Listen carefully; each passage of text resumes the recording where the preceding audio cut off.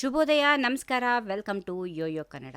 ರಾಜ್ಯ ಸರ್ಕಾರದ ಮಹತ್ವಾಕಾಂಕ್ಷೆ ಗೃಹಲಕ್ಷ್ಮಿ ಯೋಜನೆಯ ಹಣಕ್ಕಾಗಿಯೇ ಕಾಯ್ತಿರುವ ಸಾವಿರಾರು ಮಹಿಳೆಯರಿಗೆ ಈಗ ದೊಡ್ಡ ಶಾಕ್ ಎದುರಾಗಿದೆ. ರಾಜ್ಯದಲ್ಲಿ ಸುಮಾರು 52,000 ಮಹಿಳೆಯರಿಗೆ ಜಿಎಸ್ಟಿ ಮತ್ತು ಆದಾಯ ತೆರಿಗೆ ಕಾರಣ ನೀಡಿ ಹಣ ಪಾವತಿಯನ್ನ ಸ್ಥಗಿತಗೊಳಿಸಲಾಗಿದೆ. ಈ ಬಗ್ಗೆ ವಿಧಾನ ಪರಿಷತ್ನಲ್ಲಿ ಕೇಳಲಾದ ಪ್ರಶ್ನೆಗೆ ಉತ್ತರಿಸಿರೋ ಮಹಿಳಾ ಮತ್ತು ಮಕ್ಕಳ ಅಭಿವೃದ್ಧಿ ಇಲಾಖೆ ಸಚಿವೆ ಲಕ್ಷ್ಮಿ ಹೆಬ್ಬಾಳ್ಕರ್ ಅವರು ಸ್ಫೋಟಕ ಮಾಹಿತಿ ನೀಡಿದ್ದಾರೆ. ಅಷ್ಟಕ್ಕೂ ಈ 52,000 ಮಹಿಳೆಯರಿಗೆ ಹಣ ಸಿಗೋದೇ ಇರೋದಕ್ಕೆ ಅಸಲಿ ಕಾರಣ ಏನು? ಸಾಫ್ಟ್ವೇರ್ನಲ್ಲಿರುವ ತಾಂತ್ರಿಕ ತೊಂದರೆ ಆದ್ರೂ ಏನು? ಕಂಪ್ಲೀಟ್ ರಿಪೋರ್ಟ್ ಇಲ್ಲಿದೆ, ನೋಡೋಣ ಬನ್ನಿ.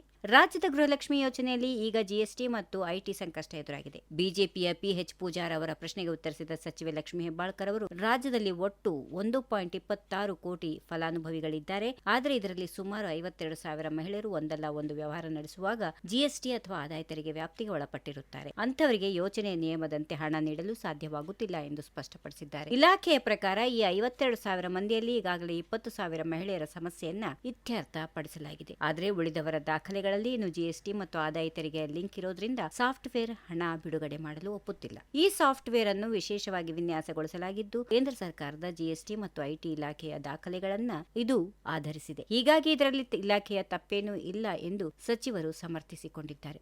ಯಾರು ಅತಿ ಸಣ್ಣ ವ್ಯಾಪಾರ ಅಥವಾ ಇನ್ಯಾವುದೋ ಕಾರಣಕ್ಕೆ ತಿಳಿಯದೆ ಜಿಎಸ್ಟಿ ನೋಂದಣಿ ಮಾಡಿಸಿಕೊಂಡಿದ್ದಾರೋ ಅಂಥವರ ದಾಖಲೆಗಳನ್ನ ಮರುಪರಿಶೀಲಿಸುವ ಕೆಲಸ ನಡೀತಾ ಇದೆ. ದಾಖಲೆಗಳಲ್ಲಿ ಬದಲಾವಣೆಯಾಗದ ಹೊರತು ಸಾಫ್ಟ್ವೇರ್ನಲ್ಲಿ ಮ್ಯಾನ್ಯುಯಲ್ ಆಗಿ ಹಣ ಬಿಡುಗಡೆ ಮಾಡಲು ಸಾಧ್ಯ ಇಲ್ಲ ಅನ್ನೋದು ಸಚಿವರ ಮಾತು. ಈ ತಾಂತ್ರಿಕ ಕಾರಣದಿಂದಾಗಿ ಅರ್ಹ ಮಹಿಳೆಯರಿಗೂ ಹಣ ಸಿಗದೆ ಪರದಾಡುವಂತಾಗಿದೆ. ಅಂದಹಾಗೆ ಗೃಹಲಕ್ಷ್ಮಿ ಯೋಜನೆಯು ಒಂದು ನಿರಂತರ ಪ್ರಕ್ರಿಯೆಯಾಗಿದ್ದು ಹೊಸದಾಗಿ ಅರ್ಜಿ ಸಲ್ಲಿಸೋಕೆ ಈಗಲೂ ಅವಕಾಶ ಇದೆ. ಯಾರಾದರೂ ಅರ್ಹ ಮಹಿಳೆಯರು ಬಾಕಿ ಉಳಿದಿದ್ರೆ ಈಗಲೂ ಅರ್ಜಿ ಸಲ್ಲಿಸಬಹುದು ಅಂತ ಲಕ್ಷ್ಮಿ ಹೆಬ್ಬಾಳ್ಕರ್ ಮಾಹಿತಿ ನೀಡಿದ್ದಾರೆ. ಒಂದ್ ವೇಳೆ ನಿಮ್ಮ ಖಾತೆಗೆ ಹಣ ಬರದೇ ಇದ್ರೆ ನಿಮ್ಮ ಹೆಸರಲ್ಲಿ ಜಿಎಸ್ಟಿ ಅಥವಾ ಐಟಿ ಪೇಮೆಂಟ್ ಏನಾದ್ರೂ ನಡೀತಿದೆಯಾ ಅನ್ನೋದನ್ನ ಒಮ್ಮೆ ಚೆಕ್ ಮಾಡಿಕೊಳ್ಳೋದು ಒಳ್ಳೆಯದು. If you like this video ಬೇಗ ಲೈಕ್ ಮಾಡಿ, ಕಾಮೆಂಟ್ ಮಾಡಿ, ಶೇರ್ ಮಾಡಿ ಹಾಗೂ ಯೋಯೋ ಟಿವಿ ಕನ್ನಡವನ್ನು ಸಬ್ಸ್ಕ್ರೈಬ್ ಮಾಡಿ.